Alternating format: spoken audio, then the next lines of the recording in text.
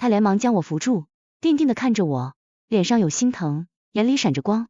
当初我就不应该问你，直接把你劫到北疆去就好了，你就不用在宫里受这样的罪了。我没事。我缓缓低下了头，若是再回到当初，我依然不会跟他走，这是我的命。我是谢逸安的妹妹，别无选择，再难再痛也只能忍着受着。阿念，他抬起我的头抵上他的额头，一字一顿地说，你跟我走吧，我带你永远离开这。小侯爷，你只身闯到太后娘娘的寝宫，怕是不妥吧？还不待我回答，沈觉走了进来，面沉如水，幽深晦暗的目光在我和薛景川之间来回打量。沈觉。薛景川起身向他走近几步。对不起，宁姐姐的是谢逸安，与他无关，你为何要如此折磨无辜的他？沈觉挑起嘴角笑了一下，神色却越发的冷，站得笔直的身上有种排山倒海的破人气势。小侯爷一介外臣，怕是没这个资格责问本都后宫之事。沈觉，你离开我薛府一晃12年了吧，如今也算是混出了模样。薛府对本都的提携之恩，没齿不忘，只是也奉劝小侯爷一句，手不要伸得太长，有些人不该你惦记，也轮不到你来管。沈觉说完，直接做了个送客手势。薛景川走到门口，又回头看我。阿念。沈觉侧了侧身，挡住了他的目光。我说的话，阿念你再好好想想。薛景川走了，屋里只剩我和沈觉两人。夜晚薛景川走了，屋里只剩我和沈觉两人。他缓缓走到床边，低头看我，修长的身影将我完全罩住。娘娘因为臣出自薛府便恨起了臣，自己却跟薛小侯爷暗通往来，几次商量着私奔，真是让臣刮目相看啊。他的声音满是冷冷的嘲讽，犹如那碗冰冷的湖水。我抬手抚上胸口，只觉得那里一扯一扯的疼，张了张嘴，却又不想再跟他说什么。薛景川的话，娘娘想的怎么样了？要不要跟他永远离开？臣在这宫里一直折磨娘娘，更显得她痴心一片啊。只是娘娘身上哪一处臣没有碰过？沈觉，你算什么？我要不要离开，这与你有何关系？你滚！我全身火烧一般难受，可他的话又太冷了，刺得我的心太疼了，再也忍受不住。第一次如此大声跟他说话。是啊，臣算什么？他突然笑了起来，一时眉目舒展，带着无尽的妖冶之色。娘娘想走，臣也不拦着，只是陛下的膳食中怕是会多出些东西。他说完也不看我，转身就走。我闻言大骇，心口一阵狂跳，似有什么要涌了出来，但也顾及不上下床追他。督公！我喊了一声，抓住他手臂，胸口剧痛，想再求他，张开嘴却喷出一口血，溅得他满身鲜红。青青。他回身抱住我摇摇欲坠的身子，又对门口喊，快传御医。我不走，求你不要伤害灵儿。我紧紧握住他衣袖，只来得及说这一句，便什么也不知道。四周一片黑暗，也不知身在何处，只能隐约听到似乎有人在叫我，一时觉得眼睛有些刺痛，手指微微动了动，便立刻被身边的人握住，拢在一个温暖的掌心。青青。沈觉叫我，微挑的双眼泛着红。你终于醒了。他扶我起来，饮了些水，又轻轻放我躺好，然后一瞬不瞬地望着我，眼里淌着温柔。青青，都怪我不好，你生气了，骂我打我都好，只是不要再这样吓我。他从不曾这般哄着与我说话，让我有些不知所措。我大概病得很重，那日吐了血吓到了他，他还舍不得我。青青。他低头亲了亲我的唇，有些小心翼翼的。不要恨我了，我们还像以前那样好不好？我愣愣看他，最终点了点头。他眼角眉梢冰雪消融，将我抱进了怀里。大概他心里还是在意我的，哪怕比不上薛景宁，但他愿意给我温暖，这是我贫瘠的人生中最后的奢望，哪怕只有一点点，也舍不得放手。我的病拖到开春才大好，太皇太后也终于解了我的禁足令。沈觉将柳叶从浣衣局带了回来，他气色尚好，似乎并没有吃多少苦。是沈督公一直着人关照着奴婢。我拉紧他的手，我和沈觉说送你出宫吧。娘娘，奴婢做错了什么吗？柳叶惊得要哭了出来。柳叶，我安排你出宫是有重要的事要教你去做，别人的话我不放心。娘娘有何事？我拉着他，将近来心中所想都小声细细说与他。他听后郑重点头。奴婢定不负娘娘所托。送走柳叶那天，我独自一人回宫，却无意撞见了薛景宁。年关过后，平王回了藩地，他却不知为何留在了京城，时不时会进宫陪他寿春宫的姑姑。我看他一人似向司礼间走去，应该是去找沈觉，不知为何，我鬼使神差的蹑手蹑脚跟在了他后面。快到司礼间，薛景宁闪身进了一座冷清的偏殿里，我小心躲在窗外。景宁，你找我何事？里面果然传出了沈觉的声音。阿觉，我离京的这几年一直很想你，你还记不记得我们小时候一起玩的日子？此次我借口留在京中，就是想与你在一起。薛景宁一直说个不停，良久才又听到沈觉说话。我现在一个内奸，又有什么值得你惦记的？阿觉，薛景宁叫了一声，又立马压低了声音。你到底是不是真太监？你自己心里知道。锦宁，你知道什么？沈觉的声音很冷。当年爹爹要让你进宫，我舍不得，那个执刀的老太监还是我买通的。不过你放心，这么多年，这件事只有我一个人知道。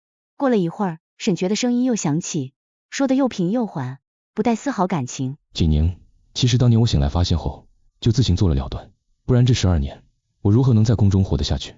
阿珏，你……锦宁，你好好回平王府吧，我们之间都是些陈年旧事了。阿珏，薛景宁似乎犹豫了许久，才小声说，我听刘真提起过冰印，他怀疑在谢念卿那里，这个你知道吗？冰印并不在他那里，此事我自有计较，你不要再去打听。沈觉说完，两人又小声音说了一会儿，基本都是薛景宁的遗憾和不舍。我刚想离开，门却响了，薛景宁走了出来，我又赶紧躲，直到薛景宁走远，也不见沈觉出来，门就这样敞着，我也不能偷偷溜走，只能着急的等。青青，屋里却传来了沈觉的声音，听够了吗？还不出来？原来早就被他发现，我有些讪讪的走出去，刚刚偷听到了他那么私密的事，还提到了我，此时见到，实在很尴尬。青青在想什么呢？没什么。我转身就想走，却被他一把拉住，他凑过来，在我的耳边吐气。朕究竟是不是真内奸？晚上在万宁宫里娘念验一下就知道了。不用，我连忙摆了摆手，头也不回的走了。当晚，沈觉没来，却见到了薛景川。阿念，我明日要离京了，你随我一起走吧。我摇头，对着他笑了笑。我如今的身份怎么能跟你走？阿念，他走上前看我，眼中有着决绝。我可以不要靖远侯的爵位，带你隐姓埋名，远走高飞。小侯爷，我默默叹了口气，第一次想跟他说说心里话。你从小就长在侯府，钟鸣鼎食之家，姑姑是皇后，父亲是大将军，从不曾体会过什么是疾苦。我们两个隐姓埋名，要去哪里？要靠什么为生？你说去北疆，可北疆是你父亲手下林将军镇守，你在那里一言一行都会传给薛大将军。况且你是靖远侯独子，你走之后薛府会如何？只怕会天涯海角的找你。若是被太皇太后和大将军找到，你会没事，那我呢？你能护得住我吗？小侯爷，生活并不仅仅是鲜衣怒马，纵酒高歌。阿念，许是我一时说的太多太急，薛景川的脸长得通红，有些诺诺。对不起，阿念，是我考虑不周。他想了想，又抬头看我，眼中明亮如星。你耐心等等我，待我想好你的这些顾虑再来找你。说完，闪身快速离开了万宁宫。我目送他走远，一时有些发呆。舍不得了，现在去追还来得及。身后忽然响起沈觉的声音，我回身，看他正站在暗处看我，月光洒在他身上，明明灭灭。若想随他走便走吧，我会在宫里替你护着刘玲，不要辜负了你们之间的一段深情。我走近了，仔细看他，许是今夜的月色太迷离，让人有些醉意。我竟然从他的眼中看到了些缠绵情意，可待我再想辨认时，他垂下了眼，眼角下是长长睫毛口下的阴翳。我和他之间并没什么深情，他曾骑马不慎坠了骨，被我发现，叫了人送他回府。这么多年，他一直想报所谓的救命之恩。其实若当年我知道他是薛岳的独子，可能就不会帮他了。他不曾钟情于我，我也不曾喜欢过他。青青，沈觉忽然揽住我的腰，贴在他身前。今天我心情好，能放你跟他走。你一定想好了，过了今晚，我可就不远了。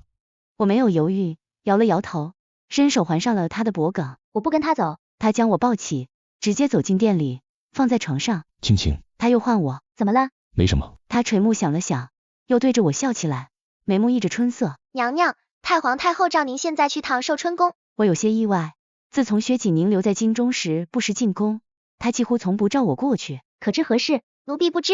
寿春宫的宫人低眉顺目，却又在催娘娘，请您现在就随奴婢去吧。一路上，我不断思索，思来想去，只怕今日召见来者不善。推开店门，太皇太后仍是端坐在主位，一脸压不住的怒不可遏。薛景宁坐在他下手，见我进来，脸上带了丝畅快的笑意。沈觉也在，站在一边，垂着眼，并不看我。谢念卿，你谢家真是好教养，教出你这么个不守妇道、不知廉耻的贱人。太皇太后劈头盖脸骂过来，我只低下头，一脸平静回他。母后说的什么？儿臣不懂。谢念卿，别再装了。一旁的薛景宁站起来，一脸鄙色。昨日阿川醉了酒，满口叫你的名字，还说什么不要爵位了，也要带你走。你若没勾引阿川，他为何会如此？平王妃，你也说了，薛小侯爷喝醉了，酒后胡言乱语而已，本宫与他清清白白，问心无愧。你还敢狡辩？薛景宁说着，抬手就向我打来，我一把抓住他的手腕。本宫是当今太后，还轮不到你放肆。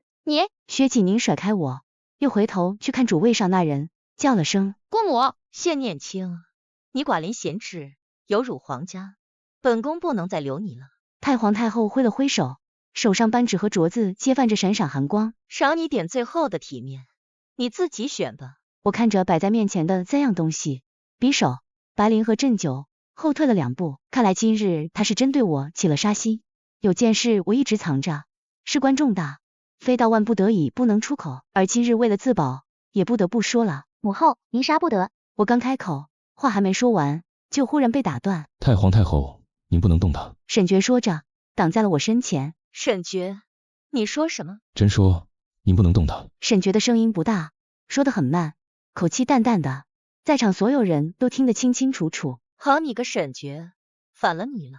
太皇太后冷笑了一声，来人，将这个奴才拿下。殿外走近几人，沈爵并不动，只拿眼风一扫，那几个人立时停住。拿下！太皇太后又拔高嗓音喊了一声，但仍没有人敢动。阿珏，你……薛启宁想说什么，却被沈爵冷森森的眼神吓住。纪宁，上次你推他下水的账还没有算过。薛启宁被彻底吓到，坐着呆呆看着我跟沈爵，眼中全是惊恐与不解。倒是上座的太皇太后先明白了过来，冷嗤了一声，谢念卿，本宫小瞧了你，你这勾搭男人的本事还真不小，就连不算男人的太监也能搭上。他说完又看沈爵，沈爵，为了这么个女人，你真要跟本宫撕破，你就不怕薛大将军领兵进京吗？沈爵一脸波澜不惊，只沉声说，没有兵役，除了诸城的守军，薛岳能调得动几大营力的一兵一卒。此话一出，太皇太后彻底没了气势，垂下了那不可一世的头，不再言语。沈爵拉起我的手走出殿门，好好伺候着太皇太后和平王妃，没本都的话，寿春宫任何人不得进出。阳光下，我被沈爵牵着前行，只觉得一切都不可思议。青青，在想什么呢？他低头看我，神色平静。你今日所为已再无转圜的余地，可有想好之后要怎么办吗？并没想好，但不如此我就要失去青青你了。他对我疏朗的笑了笑，又抚了抚我的头发。还是要先找到兵役，拿下薛岳和平王。不过这些事都交给我，青青不用担心。他说不用我担心，我便安心待在万宁宫。他早出晚归，我也从不过问在忙些什么。这天黄昏，沈爵过来了，身边带着灵儿。母后，灵儿喊了一声，奔过来扑进我怀里。青青，沈爵跟在后面，看着我一脸笑意。今日是你18岁生辰。我点了点头。你竟然还记得？自从嫁入东宫，我便没再过过生辰，时间久了，连自己也都不在意了。送你的礼物，看看喜欢吗？他将个盒子放在我手中，我打开看了看，又抬头看他。此时他也正望着我，眸光流转。喜欢。我对着他笑了。沈爵和灵儿一起为我过生辰，难得的清闲快乐。我看着他们，隐隐生出了种岁月安好的感觉。夜深了，我们一起送灵儿回承乾宫就寝，又一起走回万宁宫。路上，他轻声说：“你让柳叶去安南郡置了很多产业，是为了你家人吗？”我爹爹和哥哥们并不适合这波诡云谲朝堂，远远的躲开对他们是好事。青青真是长大了，不需要我，也知道如何安置家人了。他看着我，眼中聚着星光。许个生辰愿望吧。我认真想了想，我自己的愿望都实现了，那就愿你平平安安的吧。快走到万宁宫，突然听到远处传来沙喊声，又有无数火把闪动。等那些人跑近了，都是禁军的装扮，为首的一人是薛锦川。沈爵将我拉到了身后。